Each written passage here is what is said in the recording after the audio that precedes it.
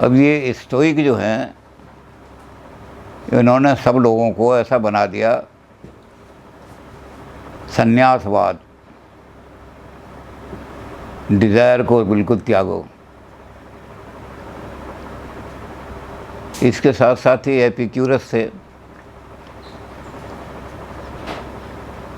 लेकिन एक तीसरा सिस्टम और खड़ा हुआ इन्हीं दिनों में। उस सिस्टम का नाम था स्केप्टिसिज्म, संदेहवाद। ये संदेहवाद का सिस्टम जो है, इसको बनाने वाला आदमी था, उसका नाम था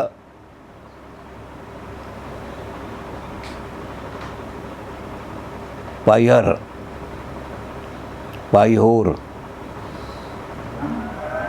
इसने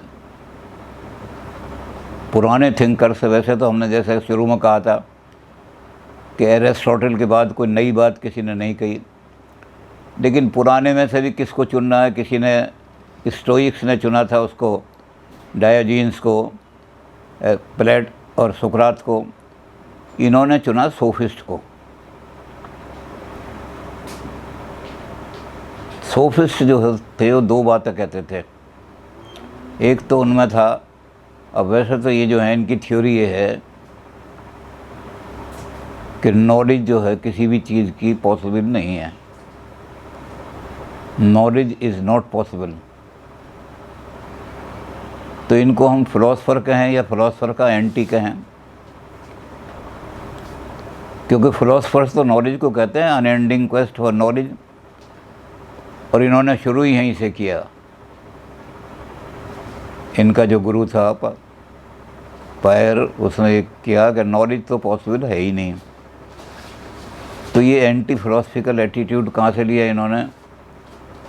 इन्होंने वहीं सोफिस्ट को ढूंढा। ये जैसे सोफिस्ट वगैरह थे, वो सुकरात की और प्लेटो की एकेडमी के बिल्कुल एंटी थे, क्योंकि उस एकेडमी में नॉलेज ही नॉलेज की बात होती थी। और सोफिस्ट जो थे वो मार्केट प्लेस में एजुकेशन देते थे। वो नॉलेज की इतनी परवाह नहीं करते थे। प्रैक्टिकल चीज़ों में कहता था कि ये ज्ञान थोड़ी है जो तुम दे रहे हो, परम सत्य का ज्ञान दे रहे हो, आइडियाज़ का ज्ञान दे रहे हो, मेटाफिजिकल नॉलेज दे रहे हो, ये ज्ञान नहीं है। ये तो आदमी को भटकाने वाली चीज़ें हैं। ज्ञान तो है जो हम देते हैं, लॉ का ज्ञान दो, इकोनॉमिक्स का दो, ताकि पेट भरने का मौका मिल जाए।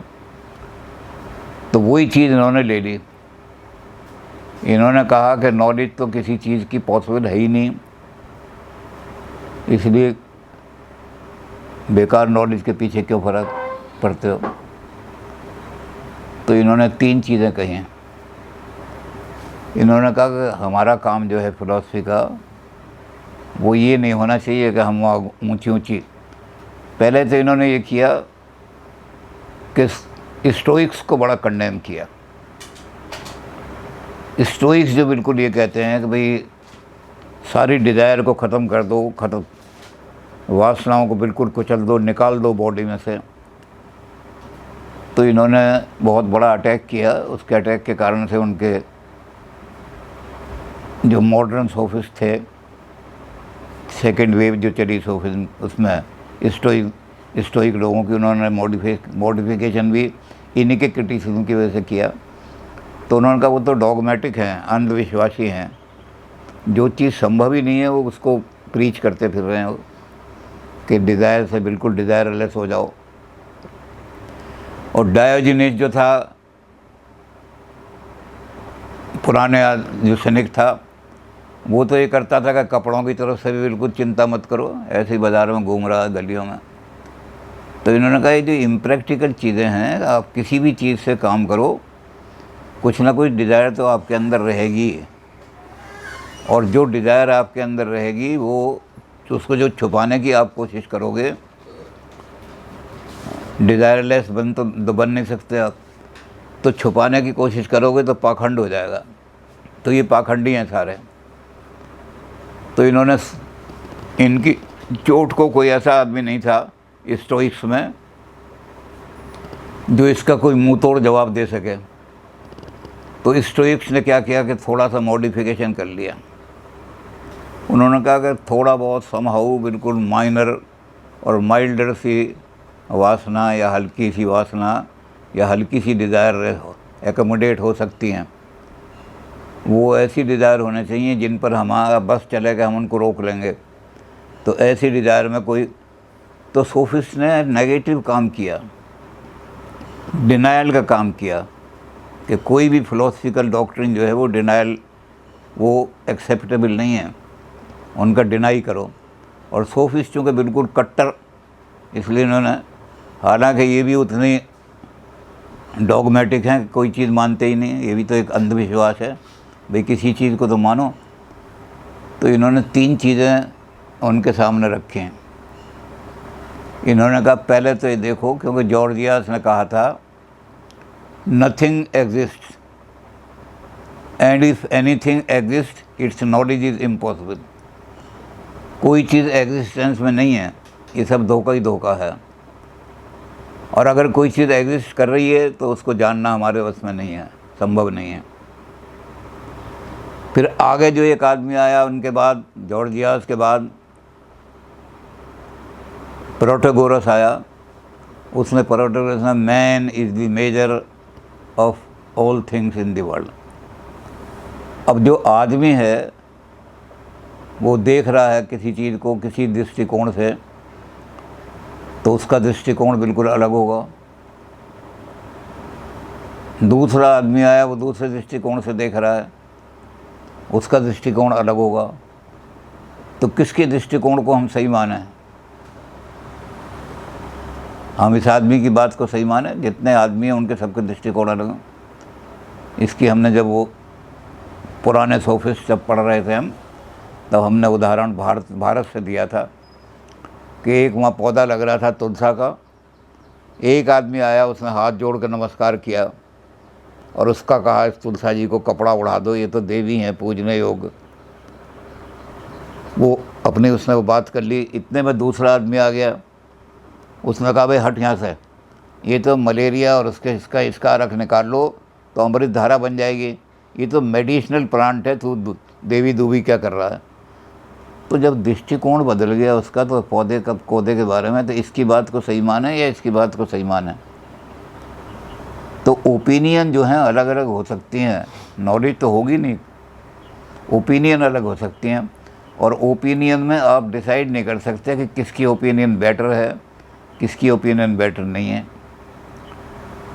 तो पहली चीज़ उन्होंने यही उनसे ली कि चीज़ों को देखो, अगर ये पता लग जाए कि कोई चीज़ एग्जिस्ट कर रही है तो फिर ये देखो कि मेरा उस चीज़ से क्या संबंध है।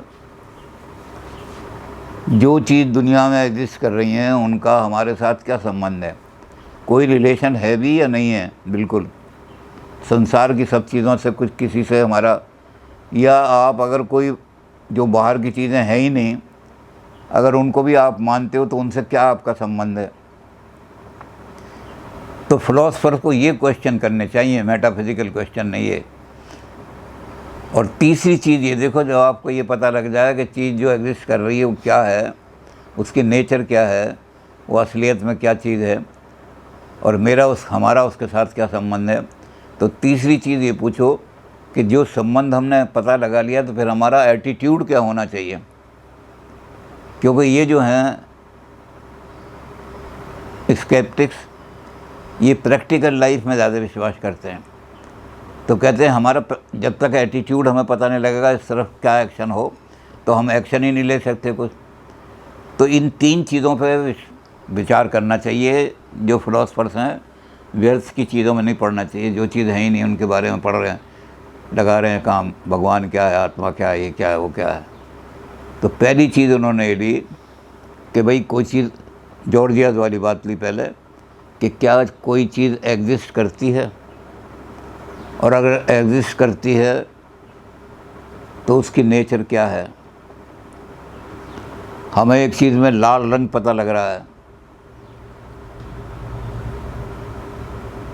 दूसरा आदमी आया उसे लाल रंग नहीं पता लगा, उसके पास कोई चश्मा था दूसरा लगा।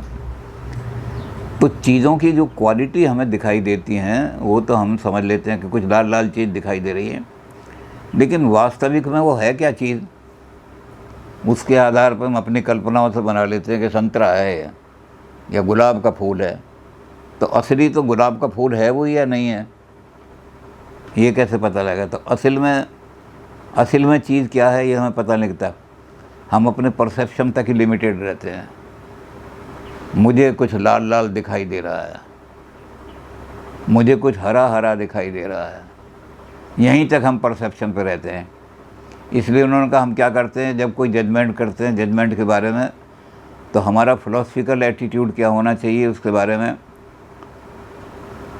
सो फार हर एक जजमेंट के साथ लगाओ, सो फार एज आई नो, या उनके साथ कर दो ये चीज़ मुझे ऐसी दिखा रही है बट दूसरे आदमी को कैसे, तो बट लगा दो, सो फार एज लगा दो। एज लॉन्ग एज मैं इस परिस्थिति में खड़ा हुआ हूँ, अगर परिस्थिति बदल जाए तो इस चीज़ दूर, जैसे एक महिला है वो साड़ी पहन के आ रही है, तो जब वो गर्मी में धूप में चल रही है प्रकाश में, तो उसकी साड़ी जो लग रही है हरी हरी, लेकिन जब वो कमरे के अंदर चली जाती है तो गहरा नीले रंग दिखाई देने लगती है। तो पहले जो हरी हरी दिखाई दे रही थी वो साड़ी हरी हरी है या नीले रंग की है। तो हमने कहा कि परिस्थिति बदलने पर हमारा परसेप्शन ही बदल जाता है, तो फिर जजमेंट क्या देंगे हम। तो इस तरह से उन्होंने बहुत सारे एग्जाम्पल दे करके और इन्होंने ये बताया कि हमारे अंदर जो सबसे बड़ी कमी है वो ये है कि हम ट्रुथ को जानने की कोशिश करते हैं। ट्रुथ क्या है? और ट्रुथ को कभी आप जान नहीं पाओगे, आप तो ओपिनियन तक ही सीमित रह जाओगे, ये मेरी ओपिनियन है, ये इसकी ओपिनियन है, इसकी ओपिनियन है। और वो कहते हैं ये ओपिनियन जो इस बात पर डिपेंड करती है कि मुझे किस चीज़ से लाभ हो रहा है, इसको किस चीज़ से लाभ होता है। तो कहते हैं मैं किसी चीज़ की खोज में हूँ, तो मैंने कहा ये चीज़ दक्षिण में मिलेगी, मैं दक्षिण की तरफ चल देता हूँ। एक आदमी कहता है ना ये चीज़ उत्तर में मिलेगी। अब दोनों का जो बिलीफ है, इस बिलीफ को कैसे, तेरा बिलीफ गलत है या मेरा बिलीफ गलत है, ये तो जब वहाँ पहुँचेंगे खोजेंगे प्रैक्टिकली वो चीज़ वहाँ नहीं मिलेगी, करस्पॉन्डेंस नहीं होगी मेरे बिलीफ की और वस्तुओं की, तब तक मैं कैसे कहूँगा कि मेरा बिलीफ गलत था या तेरा बिलीफ गलत था। तो उन्होंने कहा ये बिलीफ को टेस्ट करने का एक ही तरीका है करस्पॉन्डेंस, और कोई तरीका नहीं, रीज़न वीज़न कुछ नहीं। जा कर के उसको करस्पॉन्डेंस देखो कि जो मेरा बिलीफ था, जिसको उसको मैं विश्वास कर रहा था, वो मेरा बिलीफ उससे जाके मिल गया वस्तु जो मैं, मेरा बिलीफ ये है कि यूनिवर्सिटी थर्ड गेट के सामने बहुत सारे 3 व्हीलर खड़े रहते हैं, उनमें मैं बैठ करके स्टेशन चला जाऊंगा। अब मैं वहाँ पहुँचा तो थर्ड गेट पे एक भी, तो मेरा बिलीफ गलत हो गया। थर्ड गेट पे मैं क्यों गया, सेकंड गेट पे जाना चाहिए था, सेकंड गेट पे खड़े रहते हैं। और जो आदमी इस बिलीफ में था कि सेकंड गेट पे स्टेशन के लिए मिल जाएंगे, वो वहाँ गया तो सेकंड गेट पे कोई नहीं मिला उसको। उन्होंने कहा जी थर्ड स्टेशन वाले दोनों थर्ड गेट पे खड़े होते हैं। तो हम अपने किस बिलीफ को पर जब हम चले थे तब तो ये थोड़ी कह सकते थे कि तेरा बिलीफ गलत है इसलिए तू इधर मत जा, और उससे कह दें तेरा बिलीफ गलत है तू इधर मत जा। तो उन्होंने कहा हमारे बिलीफ जो हैं उनको भी कोई आदमी सर्टेनिटी के साथ, हम सर्टेनिटी की खोज में हैं, फिलोसफर्स यही गलती कर रहे हैं, वो यही डॉगमा है, अंधविश्वास है फिलोसफर्स का। जितने फिलोसफर हैं सभी इसी बात में लगे हुए हैं कि मुझे सत्य मिल जाए, सर्टेनिटी मिल जाए। तो ये सर्टेनिटी और सत्य तो अंधविश्वास है। आपका अपने अपने लोगों की अलग अलग ओपिनियन मिलेंगी सारी की सारी, और उन ओपिनियन के हिसाब से आपको फिर तीसरी चीज़ मिलेगी कि उसी के हिसाब से अपना एटीट्यूड फॉर्म करेंगे उनके बारे में। आपकी किस चीज़ के बारे में क्या ओपिनियन है, उसी से आपका एटीट्यूड फॉर्म होगा। इसके बारे में भी हम जो स्केप्टिक्स ने पाश्चात्य एग्जाम्पलें दी हैं वो तो अपने पाश्चात्य एग्जाम्पल हैं, लेकिन हम भारत की एग्जाम्पल दे सकते हैं कि दृष्टि आसव जो है हमारा, बुद्ध ने कहा दृष्टि आसव, जैसी हमारी दृष्टि होती है चीज़ें वैसी दिखाई देने लगती हैं हमें। तो हम भारत का एग्जाम्पल दे के उनकी स्केप्टिक्स की बात को कहते हैं कि भारत में बुद्ध ने ये कहा तो उनके चेले ने कहा कि ऐसा कैसे हो सकता है, जो चीज़ है वो तो है ही, गाय है गाय ही रहेगी, इसमें दृष्टि से क्या मतलब। तो बुद्ध ने कहा यहाँ खड़े हो जाओ मेरे पास, वो खड़े हो गए।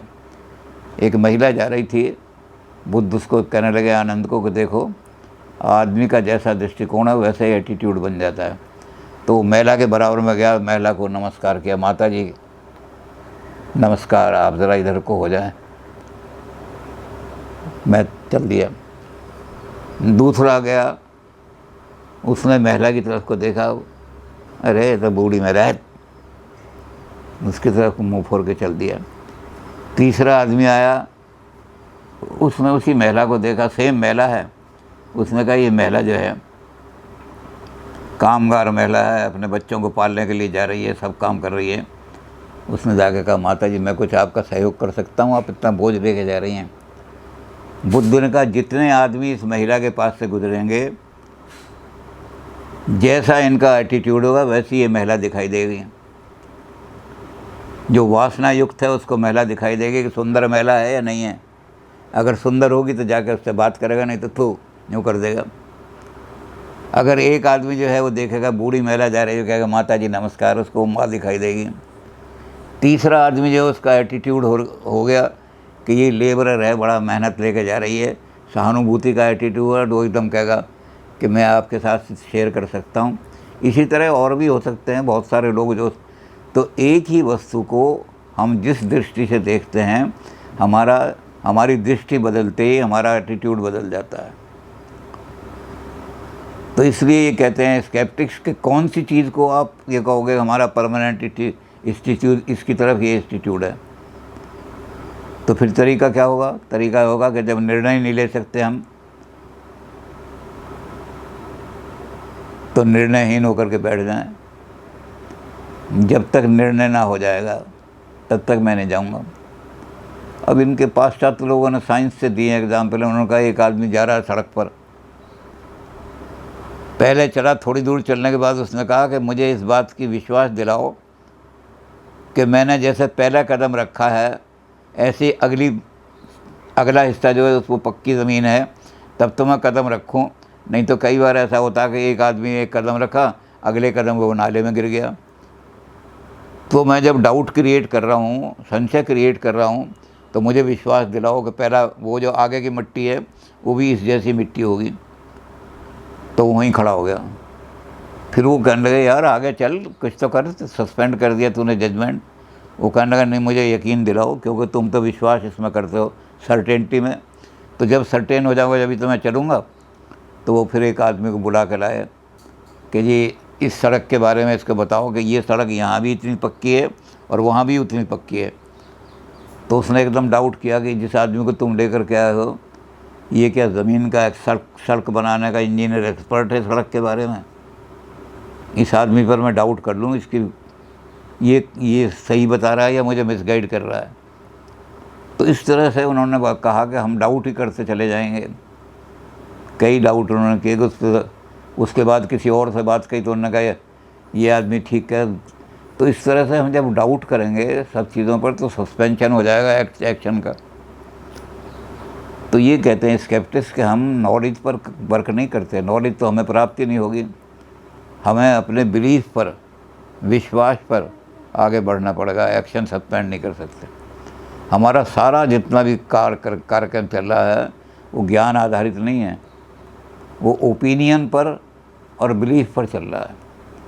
और ओपिनियन और बिलीफ के बारे में आप ये नहीं कह सकते, आप कहोगे प्रोबेबली हो सकता है ऐसा हो सकता है। जहाँ तक मेरा अनुभव, ऐसे शब्द लगाने पड़ेंगे आपको, जहाँ तक मेरा अनुभव है ये सड़क पक्की है वहाँ तक। फिर हो सकता है ये सड़क पक्की हो सकता है ये सड़क कच्ची हो। तो इस तरह से जब हम ऐसे शब्द लगाते हैं इसके अंदर, तो इससे लग जाता है कि नॉलेज की पॉसिबिलिटी नहीं है, सब नॉलेज प्रोबेबल है। ये चीज़ जो है इनसे लेकर के आज के युग में एक बहुत बड़ा आदमी है, उसका नाम था डेविड ह्यूम। ये वहाँ से लेकर के आज आई है स्केप्टिसिज्म। तो ह्यूम ने तो यहाँ तक डाउट किया कि ये जो सूरज रोज़ निकलता है, कोई गैलेक्सी मान लो 10,000 1,00,000 साल पहले चली और चलते चलते आज रात को सूरज के पास आ जाए, सूरज को निगल ले, क्योंकि गैलेक्सी तो निगल लेती हैं, सुबह हम उठेंगे नहीं दुनिया ख़त्म हो जाएगी। तो क्या पता, कैसे सर्टेनिटी से मैं कह सकता हूँ कि कल भी सूरज निकलेगा? क्योंकि मुझे पता नहीं कि 1 लाख साल पहले एक गैलेक्सी चली थी और आज वो सूरज के बिल्कुल पास आने वाली है। तो कहता है ये भी संभव नहीं है कि कल सूरज निकले या न निकले, इस पर भी मैं डाउट करता हूँ। तो वो जो स्केप्टिसिज्म था आज के युग में भी आ गया है, लेकिन ये इसी चीज़ को मानते थे कि सारा जजमेंट हमें इस पर सारा निर्भर करना पड़ता है, और इसलिए इन्होंने सबसे ज़्यादा कंडेम। अब इनके कंडेम की वजह से हमारे जो स्टोइक्स से उन्होंने अपना ये भी बदल दिया काम कि भाई वासनाएं भी थोड़ी थोड़ी हो सकती हैं। फिर उन्होंने एक थ्योरी रखी थी कि सारे आदमी समान हैं, सब आदमियों के अंदर यही शक्ति होती है कि वो अपनी वासनाओं को कुचल दें और संन्यास की तरफ चले जाएं और परफेक्ट हैप्पीनेस में पहुंच जाएं। डिज़ायरलेसनेस जितनी होगी उतना ही हैप्पीनेस होगी। तो जब इन्होंने उस पर उन्होंने कहा तो उन्होंने उसके आधार पर कहा कि हम ये चाहते हैं कि सारे आदमियों को एक ही लेवल पे, जब एक हमारी फायर जो है उस फायर से सारी दुनिया क्रिएट हुई है, तुमने उसको गॉड कह दिया चाहे हमने फायर कहा, तो फायर से सब सारी दुनिया क्रिएट हुई है, तो सारी दुनिया में एक से ही न्याय सबको मिले, एक से ही सबके साथ। तो उसके लिए हमें क्या करना पड़ेगा, एक कॉस्मोपॉलिटन स्टेट बनानी पड़ेगी। कोई अलग अलग देशों की सरकार नहीं होंगी, सारी मानवता का एक ही राज्य होगा, वो सारी मानवता का राज करेगा। लेकिन इन्होंने बड़ा उनका मखौल उड़ाया। उन्होंने कहा कहीं की कंडीशन और तरह की है, कहीं की कंडीशन और तरह की है, कहीं की कंडीशन और तरह की है। तुम सारी नेचर की कंडीशन को एक जैसी बना सकते हो, और उन कंडीशन के आदमी के उसके आदमी का माइंड जो है उसी से डिटरमिन होता है। आदमी की आवश्यकताएं उसे, जो रूस का आदमी है उसकी आवश्यकताएं और होंगी, और जहाँ इतनी ठंड नहीं है, गर्मी पड़ती है इक्वेटर पे, उनकी आवश्यकताएं और होंगी। तो उन्होंने कहा आवश्यकता के हिसाब से ग्रुप बनेंगे, किसी एक को आप। तो इन्होंने स्टोइक्स पर ये भी ऑब्जेक्शन उठाया कि तुम एक ऐसी बात कर रहे हो जो अनहोनी बात कर रहे हो। सारे हाथियों के, हाथी तो नहीं, वहाँ तो हाथी नहीं होते, वहाँ हेयर होते हैं, हेयर्स। और उन्होंने कहा आप ये समझ रहे हो कि सारे खरगोशों के जितने खरगोश हैं सबके सींग निकल आएंगे। तो ये तुम्हारी पॉयस होप है, ये तो बिल्कुल गलत है। आप प्रैक्टिकल लेवल पे आओ, प्रैक्टिकल लेवल पे आपको होगा कि कुछ और, एक आदमी और तरह की बात कहेगा, एक और तरह की बात करेगा, तो कॉस्मोपॉलिटन राज्य बन ही नहीं सकता, संभव ही नहीं है। तो इन्होंने स्टोइक्स ने इसको भी मान लिया। उन्होंने कहा कि पॉसिबिलिटी कर, हम संभावना कर रहे हैं, कोशिश, प्रोबेबिलिटी कर रहे हैं, कोशिश के हो सकता है एक दिन ऐसा है कि सारी मानवता एक ही राज्य में, लेकिन व्यवहारिक दृष्टि से हम तुम्हारी बात मान के अपना सारा लो। तो इन्होंने स्टोइक्स को तो बिल्कुल तोड़ करके रख दिया। स्टोइक्स पर सबसे ज़्यादा इन्होंने, अब इनके यहाँ भी हैप्पीनेस का सिद्धांत आया कि भाई हैप्पीनेस क्या है। उन्होंने कहा हैप्पीनेस इसी में है, वो आदमी बिल्कुल हैप्पी होगा जो इस बात से मान करके चले कि मैं एक ट्रुथ या एक सर्टेनिटी के पीछे नहीं जाऊंगा, अपनी अपनी ओपिनियन के हिसाब करने के लिए उसको सारा समय मिल जाए। तो जैसी उसकी ओपिनियन है, उसके ओपिनियन के हिसाब से वो रास्ता अपना निकालेगा, और इसी रास्ते में उसकी हैप्पीनेस है। तो हैप्पीनेस चाहते हो तो ये सारा काम छोड़ दो कि कोई सर्टेनिटी मिले, कोई ऑब्जेक्टिव ट्रुथ मिले, कोई भगवान मिले, कोई सोल मिले, कोई आत्मा मिले। और आत्मा सारे आदमियों की एक सी होती हैं, तो एक सी आत्मा नहीं मिलेंगी आपको, आत्मा तो ओपिनियन है अलग मिलेंगे। तो हर एक आदमी अपनी अपनी ओपिनियन के हिसाब से अपना सुख खोजे, क्योंकि हर एक आदमी मेजर है, all man is the measure of all the things. तो इन्होंने ऑब्जेक्टिव मोरलिटी को भी ख़त्म कर दिया, और इन्होंने कहा कि ऑब्जेक्टिव मोरलिटी भी हमारे पास क्वेश्चनेबल चीज़ है। तेरी बात क्यों माने हम, सदा सत्य क्यों बोलें। कई जगह झूठ बोलने से काम चल जाता है सारा, और वहाँ झूठ बोलने से हम सारी ज़िंदगी भी झूठ बोलते रहें, किसी को पता नहीं लगेगा कि शायद झूठ बोल रहा है, लेकिन हम अपनी ज़िंदगी हमारी हैप्पी रहेगी, अपनी हैप्पीनेस के लिए हम कुछ भी करते रहें। तो तेरी बात हम क्यों माने, हम अपना देखेंगे, हमें किसी चीज़ से हैप्पीनेस मिल रही है। तो इन्होंने हर चीज़ पर डाउट किया, हर चीज़ पर संदेह किया, एथिक्स पर भी संदेह किया, नॉलेज पर भी संदेह किया, सिर्फ बिलीफ और ओपिनियन को माना। कि बिलीफ और ओपिनियन ही आदमी को एक्शन की तरफ ले जाती हैं। अगर हम बिलीफ ना करें तो एक्शन कर ही नहीं सकते। रोटी का एक टुकड़ा जो मैंने खाया है उसके अंदर मक्खी नहीं थी। अब अगला टुकड़ा जो मैं खाऊंगा मुझे विश्वास दिलाओ कि मक्खी नहीं होगी उसमें, तब तो मैं खाऊंगा, नहीं तो रखा हुआ है। तो आप आदमी लॉजिक लगा रहे हैं, रीज़न लगा रहे हैं, खोज रहे हैं, मक्खी नहीं है भाई कैसे। लेकिन मुझे अगर विश्वास हो जाएगा तो अपने बिलीफ पर ही मैं उसको दूसरे को खाऊंगा। तो एक्शन का आधार बिलीफ है, ओपिनियन है। अब ये जो सारे थे, चूँकि संदेहवादी लोग थे, इनका सिस्टम ज़्यादा दिनों नहीं चल सका।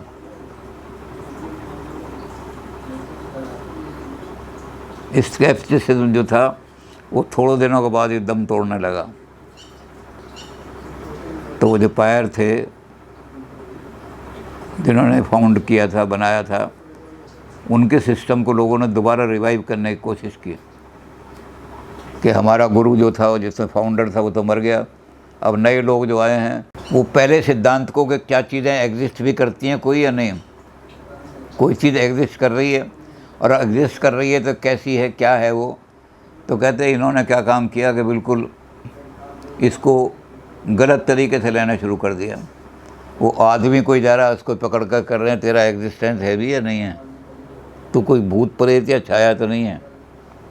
तो थोड़े ही दिनों में सिस्टम मर गया, दम तोड़ गया। तो इन्हें लौट करके प्लेटो की तरफ आना पड़ा, और इन्होंने अपने सिस्टम को प्लेटो से मिलाने की कोशिश की। उससे एक चीज़ नई पैदा हुई, इसका नाम था न्यू एकेडमी। ये न्यू एकेडमी जो थी, इसने बात तो यही रखी, लेकिन उन्होंने कहा कि हमें प्लेटो से थोड़ा सा लेना पड़ेगा कि how to reach the objective reality. थोड़ा बहुत लाओ, कुछ तो ऐसी चीज़ें जिसको मानो। तो प्लेटोनिक इन्फ्लुएंस लेकर के, लेकिन अपनी बात वही रखी सोफिस्ट वाली कि man is the measure of. आप किसी आदमी को ये नहीं कह सकते कि तेरी बात गलत है, उसके लिए वही बात सही है। दूसरे वही, एक आदमी कह रहा है कि मुझे साड़ी जो है लाल लाल दिखाई दे रही है, और दूसरा कह रहा है उसकी आंखों में भी दोष हो सकता है, या पहले वाले की में दोष हो सकता है। वो कहने लगा मुझे तो ये गुलाबी रंग की दिखाई दे रही है, लाल नहीं है। तो पहला आदमी दूसरे को कहेगा तेरी आंखों में दोष है, वो कहेगा तेरी आंखों में दोष है, तुझे हर चीज़ लाल लाल ही दिखाई दी है। सावन के अंधे को हर चीज़ हरी हरी दिखाई देती है, तो कहेगा नहीं तेरी आंखों में दोष है, तुझे ये गुलाबी रंग की दिखाई दे रही है।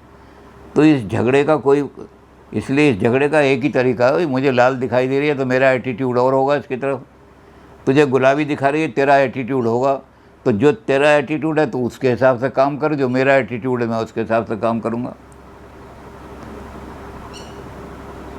तो एटीट्यूड हमारे वर्क को तय करेगा, कोई रीज़न तय नहीं करता। बुद्धि हमारे चीज़ नहीं, बुद्धि क्या कर लेगी, जब मुझे दिखाई लाल दे रही है तो बुद्धि कोई रंग थोड़ी बदल देगी इसका।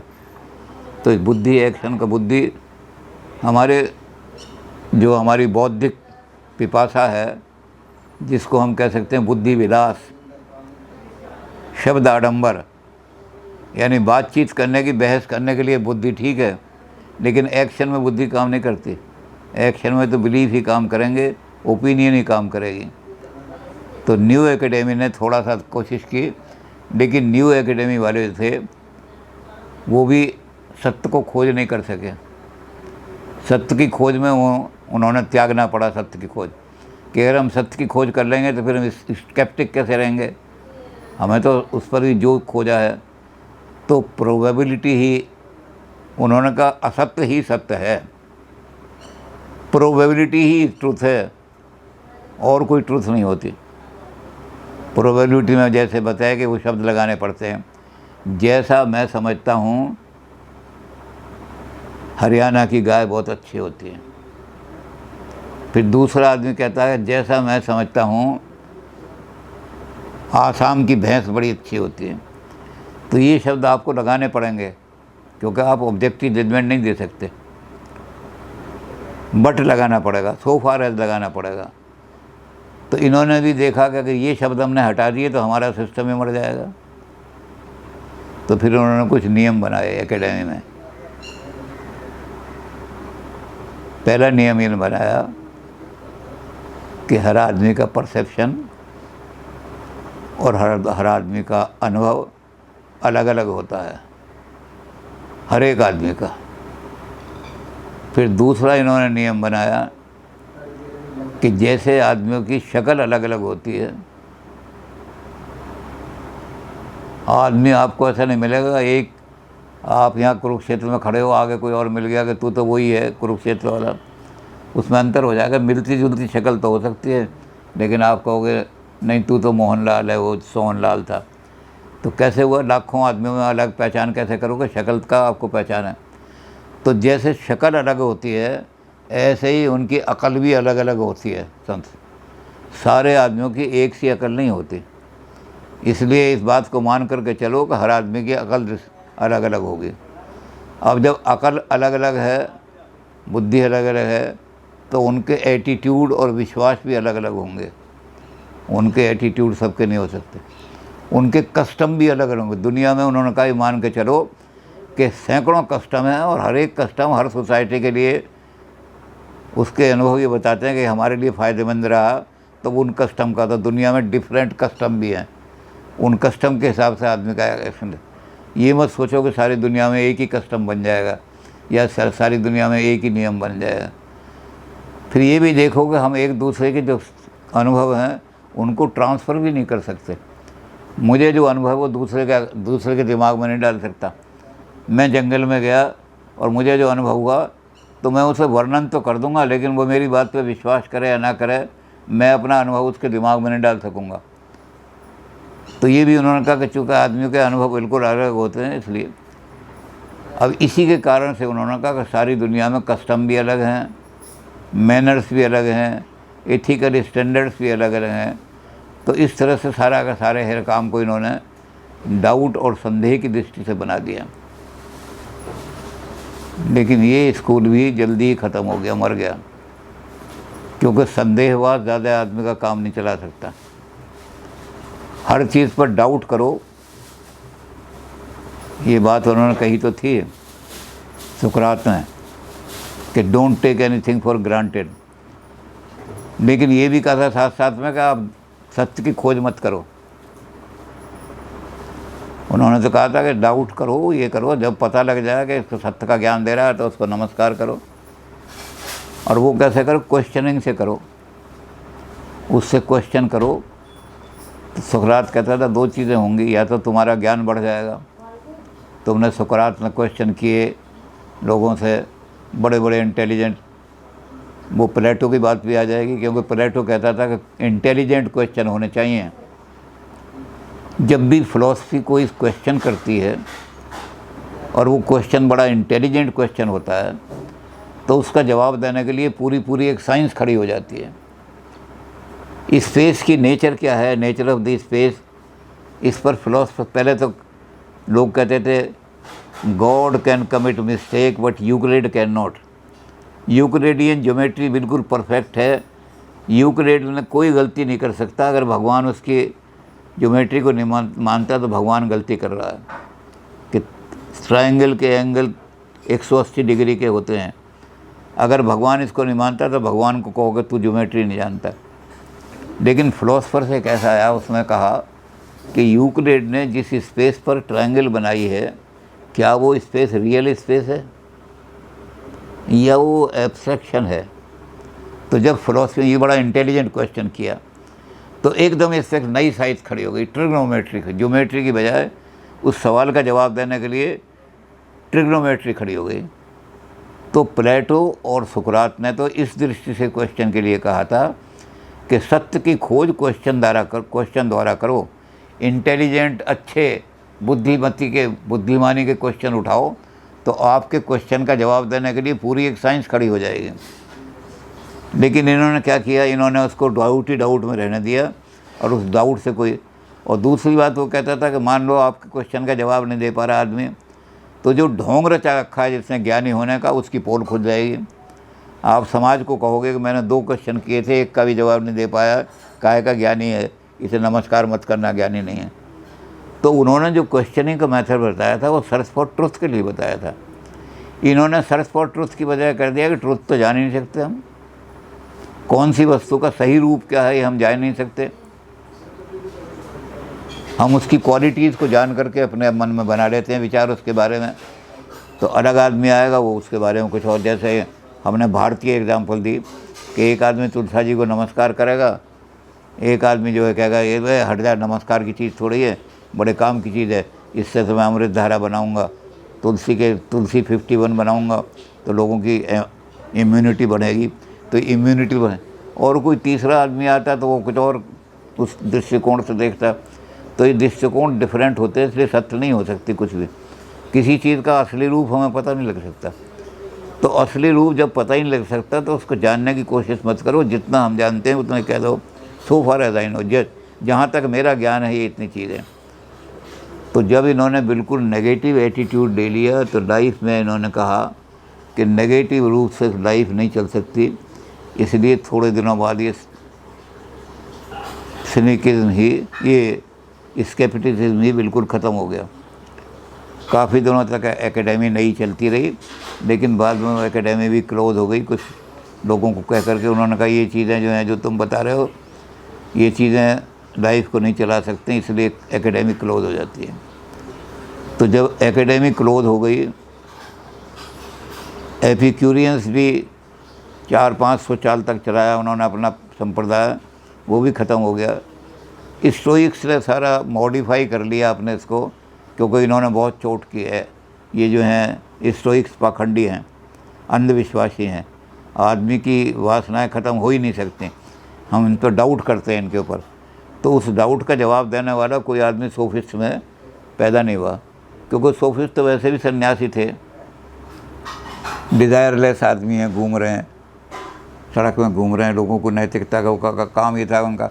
हमने तो सोफिस्ट, इन्होंने शुरू में ही अपना जब इनका वो बना था स्टोइक्स का, तो स्टोइक्स ने सबसे पहले यही कहा था, ज़ीनो ने यही कहा था कि मैं जो अपना संप्रदाय बना रहा हूँ इसलिए बना रहा हूँ कि I want to make people ethical, moral. मेरा एक ही काम है इनको मॉरल बनाऊँ, और मॉरल बनाते बनाते बनाते बनाते वो संन्यासवाद पे पहुँच गया। एक भी अगर डिज़ायर आपके अंदर रह गई तो आप इमोरल काम कर सकते हो उस डिज़ायर के लिए, उसको पूरा करने के लिए। तो सोफिस्ट जो थे, जब वो स्टोइक्स जब इस चीज़ को लेकर चले तो इतना कठोर बना दिया कि जैसे ही इन्होंने सिनिक्स ने, इन्होंने स्केप्टिक्स ने जैसे उन पर आक्रमण किया, उनके यहाँ कोई जवाब देने वाला नहीं था। अच्छा भाई ऐसा है, थोड़ी थोड़ी वासना, लेकिन कोमल वासनाएं होनी चाहिए। थोड़ा सा आदमी का मन कर रहा है बढ़िया चीज़ खाने को, तो कभी कभी वो चख ले उसको इतना। तो उन्होंने कहा जब कभी कभी चखेगा तो उसका टेस्ट बन जाएगा, तो खूब चखने का, वो तो खूब रोज़ इच्छा करेगा कि ये चीज़ मिले, तो तुम कैसे रोक लोगे इसको। तो स्टोइक्स जो थे इनकी बातों का जवाब नहीं दे सके।